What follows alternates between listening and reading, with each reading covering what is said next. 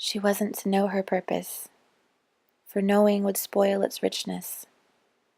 Knowing would make it a chore, an obligation, rather than the gradual evolution that would inevitably reveal the beauty that lay deep within her soul. No, she was not to know her purpose. Instead, she was to unfold her purpose the way all flowers unfold their petals as they bloom, slowly and one by one, so as not to disturb the integrity of their delicate strength. And when all the work of unfolding herself is done, and she opens her soul to the world, having chosen to be vulnerable amidst the glorious and the terrible, when her bloom is full and she radiates her color and her scent out into the world, even then she will not know her purpose. For the unfolded petals must begin to wither and fall away to join the earth where they began. She must continue her experience in a new form. She must unravel herself to begin again, to weave together new ways of expressing what lives within. For the art of her being is revealed in her creation, of course, but also, and maybe even more so, in her destruction.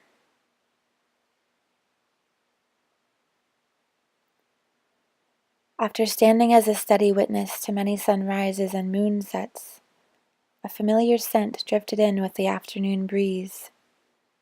The perennial sensed a change was nearing her horizon. As the days passed, she noticed her strength lessening, and her colors fading, and her petals growing thin and frail.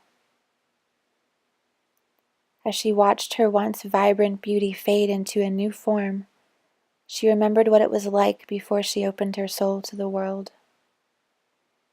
She remembered the safety of her tightly closed bud as she grew up closer and closer to the sun. She remembered how even though she loved the feeling of being shielded from anything that could hurt her, she felt a sense of entrapment in her security and a burn to express herself that felt stronger than fire. Some days this desire could almost consume her entirely, and she feared she would scorch her unborn petals before she ever got a chance to bear them. There was a deep knowing of the gift she held within, and a longing to offer it to the world, but the fear of losing all she knew held her back for a long time, and she remained closed off from the outside world, her gifts hidden, her soul confined. In time, her spirit stirred within the walls of her safe haven, and her boundlessness began to tug at her stronger than ever before. It was no longer a pull, no longer a gentle tug, but a continuous and demanding yank that vowed to destroy her from the inside if the perennial would go on ignoring it.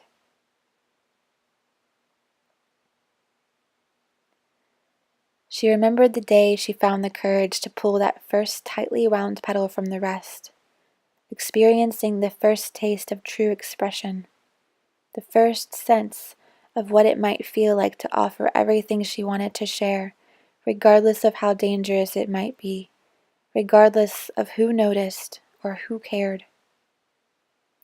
There was so much living within her she wanted to give. Keeping it inside, it would burn her alive, or either wilt and wither without ever having had a chance to really live. She knew she was meant to live fully, openly. She knew she was meant to give the art of her unique spirit, if for no one else, then just for her. Giving herself permission to feel a little afraid, but summoning the strength that lived in the part of her from which that demanding yank emerged, she settled into the knowing of all she was and began her work. She opened each petal with tenderness and care, slowly, careful not to tear each one, and with an artful grace she hadn't even known she possessed until she began. There was genuine compassion in the laying out of each new petal. It usually hurt a little, as her petals were not used to being smoothed out and standing exposed and vulnerable in the world. But she soothed them with her love and whispered sweet and beautiful stories to them, and before long they all grew to love being open and free to dance and play in the wild, wide world. Each one was a work of art, unique and different from all the rest. Each one carried a piece of her soul.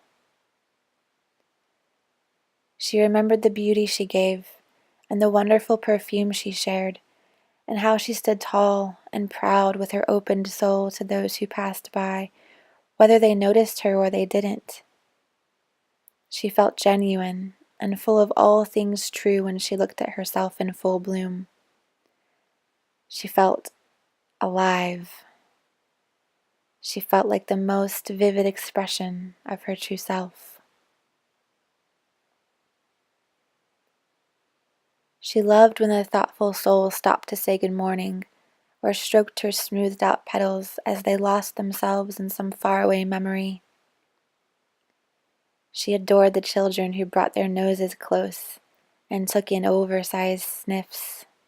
She was so pleased when their eyes lit up at the wonder that filled their nose, and how they'd tug at their mother's skirts with, "Please, Mama, come and smell this one."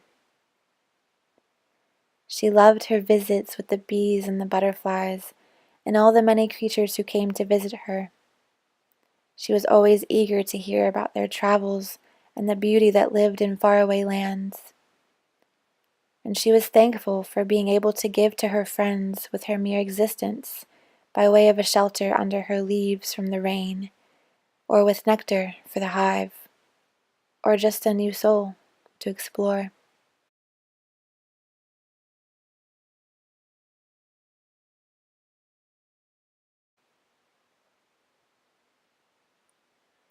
It wasn't always wonderful, and she wasn't always adored for her work, for there are many careless passers-by who paid her no mind, or stepped on her leaves, or brushed by in such a hurry that they nearly knocked her over.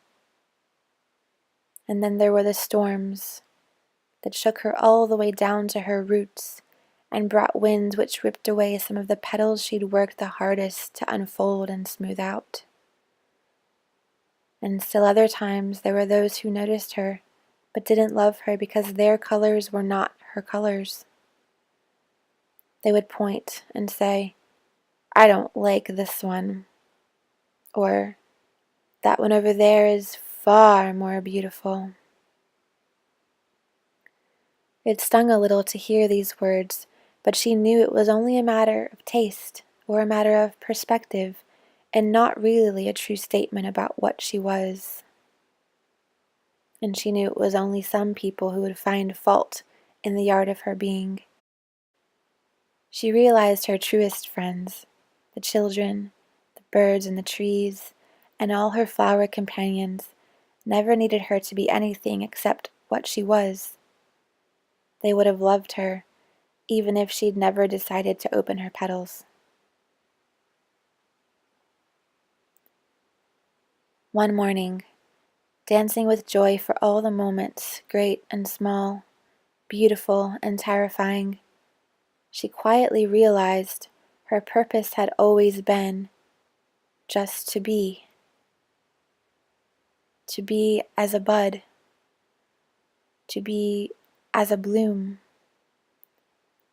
to be as one who shares the whole of what she is, who radiates love first within and second without, who flows with the wind in joy and in sorrow, in sunshine and in the rain, who welcomes the world with a wide open soul.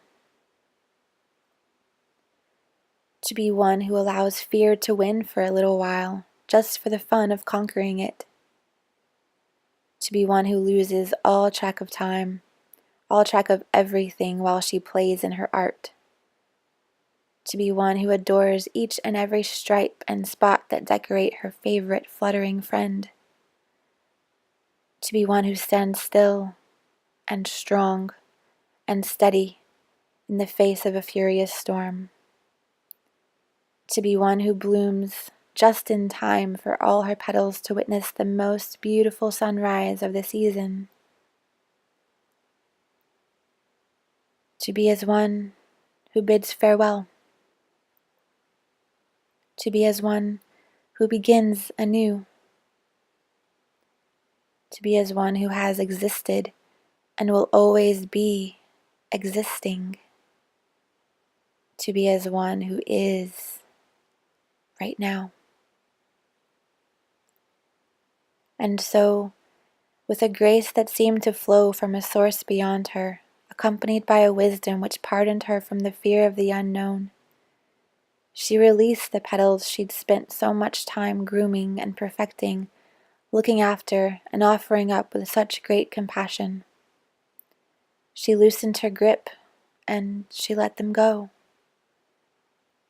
One by one, the wind took them for a final dance, this time without her, though she knew a part of her lived in her petals too. She allowed the sun to dry her out and pull her roots from the earth, dancing with the wind all the time. And as she fell into dust, she was sure that she was more than her petals and more than her roots, and she was sure that she would grow to bloom again.